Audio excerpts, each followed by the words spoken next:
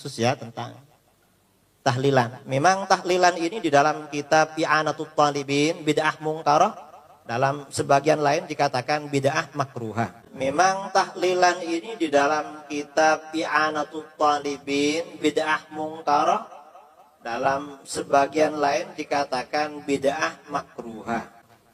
Bid'ah makruhah orang yang memerangi akan mendapatkan pahala. Orang yang memerangi akan mendapatkan pahala. Tapi persoalannya, ini sudah menjadi budaya, sudah menjadi adat, kalau diperangi malah kita yang dimusuhi oleh orang. Kalau diperangi malah kita yang dimusuhi oleh orang. Tahlil itu selamatan kan tidak haram, hanya makruh. Kan tidak haram, hanya makruh.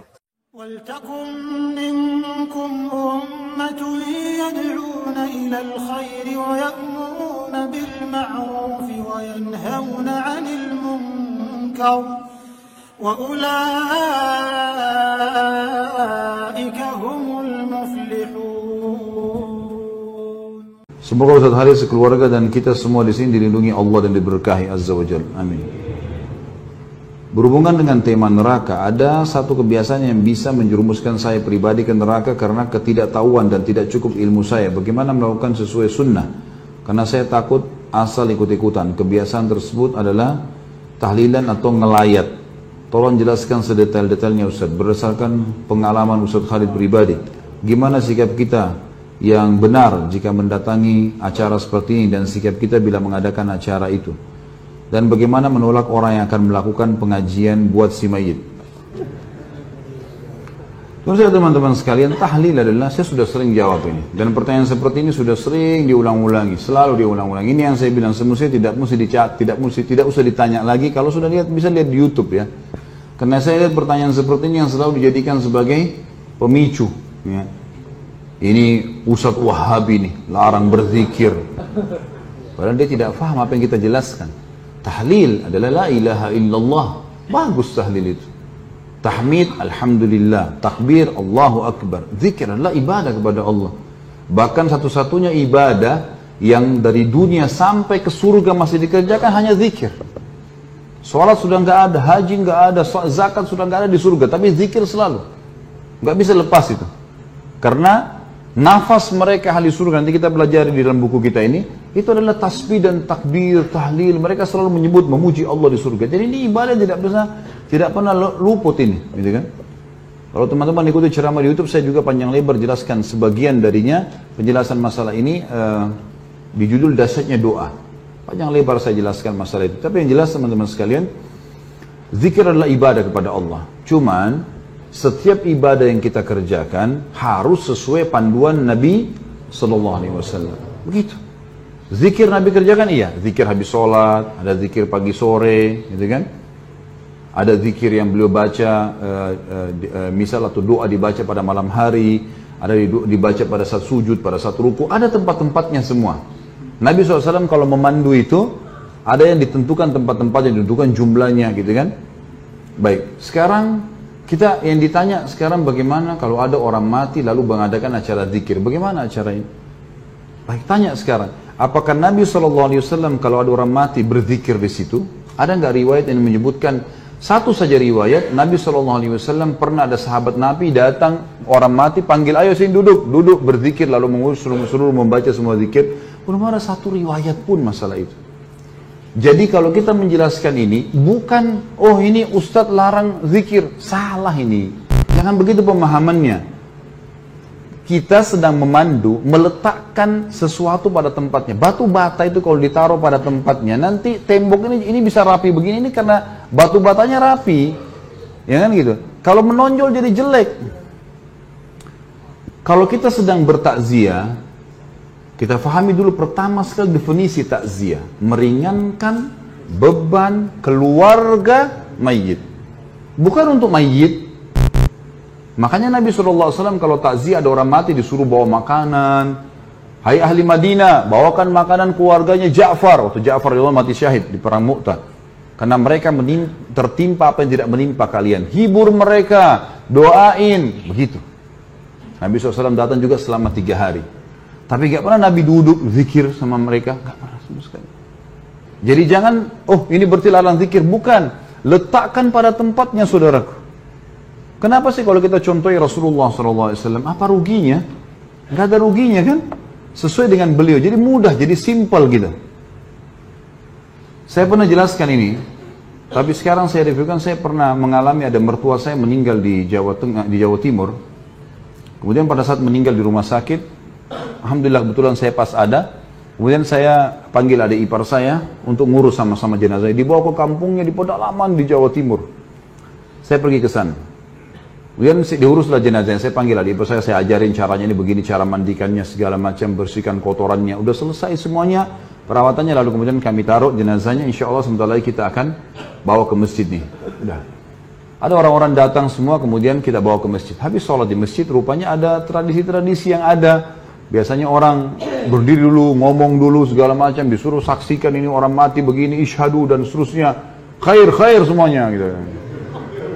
Baiklah, ini waktu orang mertua saya meninggal tidak pernah kita buat gitu.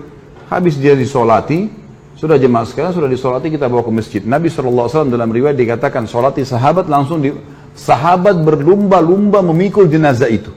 Segera.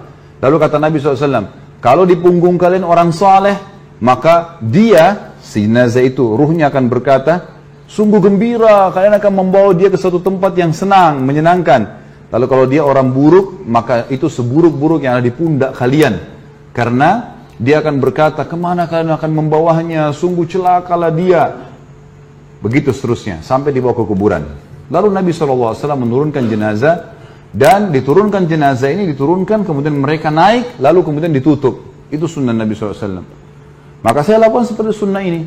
Jadi nggak ada lagi dibuka kupingnya, diazanin, panggil anaknya azan, kena azan untuk sholat. Gitu kan.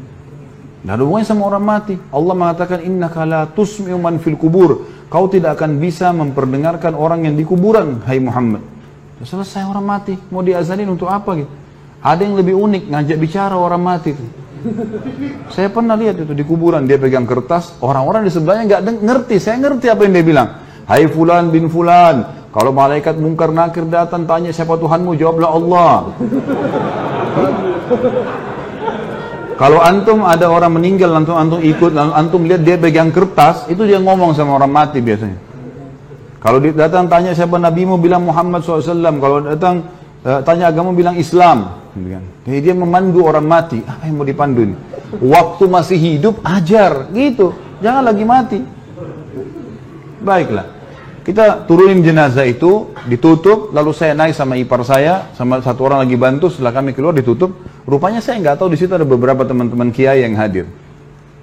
Kemudian setelah itu saya jalankan sunnah Nabi SAW. Apa sunnah Nabi? Nabi SAW waktu pernah mengubur sahabatnya, jenazah sahabatnya, langsung beliau berceramah tentang proses orang mukmin kalau ruhnya mati, maka akan datang 3 malaikat. Kiri kanannya malaikat rahmah membawakan kafan dari surga, malaikat maut di budu-budu kepalanya mengatakan, hai jiwa yang baik, keluarlah kepada pengampunan Tuhanmu.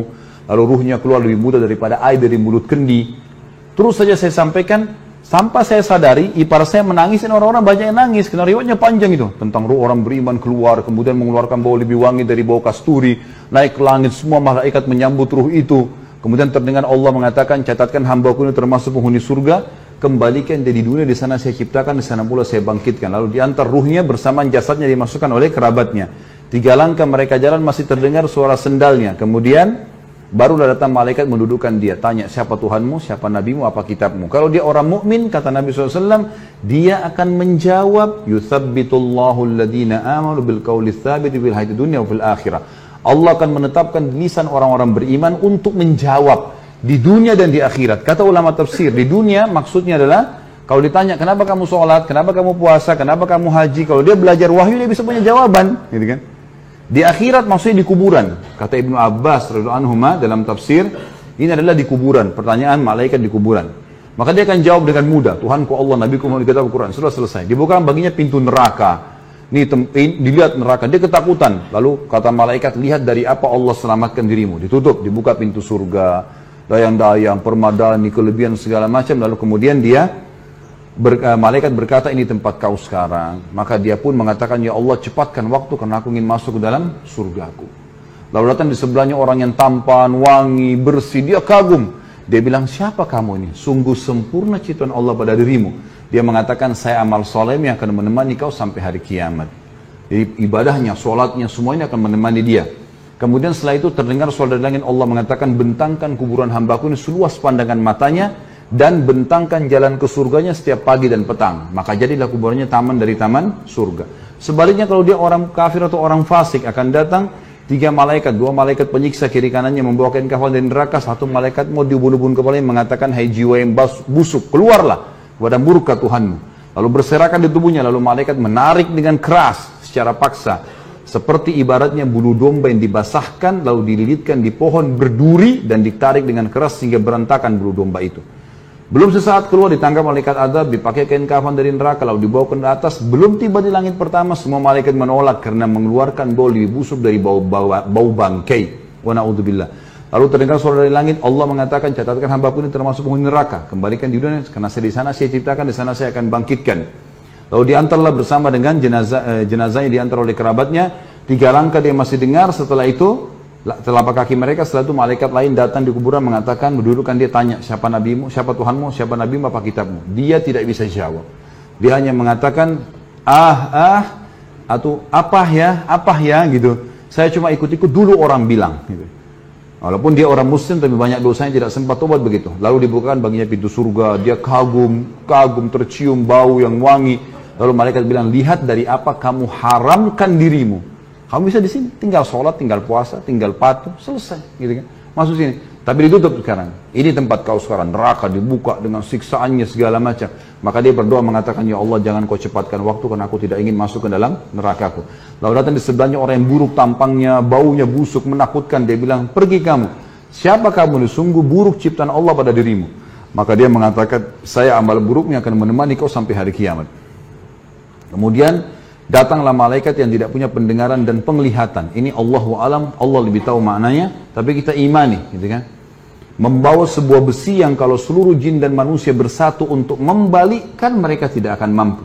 Yang akan dihantamkan ke kepala jenazah ini, kemudian dia hancur, lalu diutuhkan kembali begitu terus sampai hari kiamat. Itu keadaannya. Maka riwayat ini saya sampaikan teman-teman sekalian, pada saat itu ternyata ada yang sempat menangis. Ya. Setelah itu kami pulang, dan saya bilang sebelum pulang, bapak-bapak sekalian, kami membuka rumah orang tua kami untuk takziah selama 3 hari. Sunnah Nabi SAW takziah itu adalah begini, datang, doakan, sabarkan kami, dan lagi berminat membawa makanan silakan. Kami tidak siapkan makanan dan minuman, karena sunnah Nabi SAW begitu. Alhamdulillah 3 hari itu nggak ada acara apa-apa, nggak ada ribut-ribut, nggak ada. Semua orang datang, doakan kita, pergi, bawa makanan, pergi. Hanya banyak orang yang datang waktu itu, tokoh-tokoh masyarakat datang terus ngobrol sama saya, banyak yang bertanya masalah hukum. Sebelum saya pulang ke Surabaya, kemudian balik ke Jakarta waktu itu, ada beberapa tetangga, keluarga mertua saya mengatakan, kami selama ini hadapi kematian belum pernah seperti ini. Kami merasa 3 hari ini nggak ada beban. Dan sekarang seperti kami sudah ikhlas melepaskannya. Sebenarnya sunnah Nabi SAW. Tapi teman-teman sekalian, kalau ada orang yang tetap mau melakukan haknya dia, saya tidak larang ya. Jangan bilang Khalid Basalamah larang, sehingga lagi menyesatkan. Tidak. Silakan buat, yang antum mau buat silakan, bebas, gitu kan. Semua orang bertanggung jawab. Tugas saya menyampaikan saja, gitu kan. Berada di zona aman lebih baik daripada zona yang tidak aman, gitu kan. Walaupun anggap tidak haram, tapi minimal syubhat. Baik, ini sama saja. Lebih baik kita di zona aman. Ada perintah kerjakan, tidak ada tinggalkan. Sebatas itu saja. Allahu a'lam.